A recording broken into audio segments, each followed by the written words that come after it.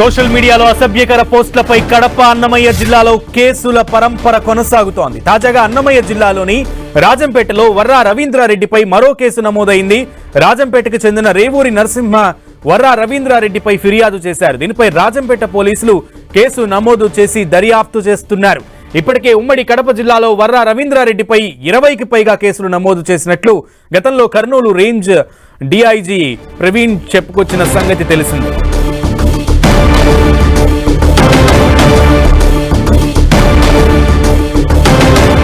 Social మీడియాలో అసభ్యకర పోస్టులపై కడప అన్నమయ్య జిల్లాల్లో కేసుల పరంపర కొనసాగుతోంది. తాజాగా అన్నమయ్య జిల్లాలోని రాజంపేటలో వర్రా రవీంద్రారెడ్డిపై మరో కేసు నమోదైంది.